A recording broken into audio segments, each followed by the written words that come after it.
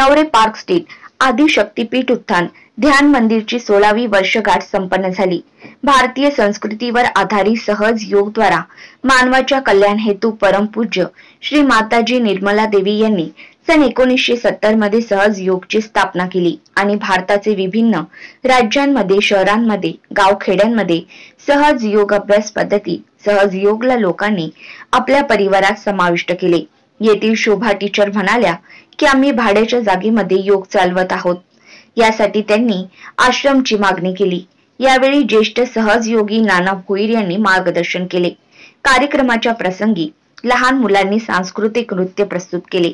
सूरजभाई, गीता आहुजा, भोसले काका यांनी भजन प्रस्तुत केले।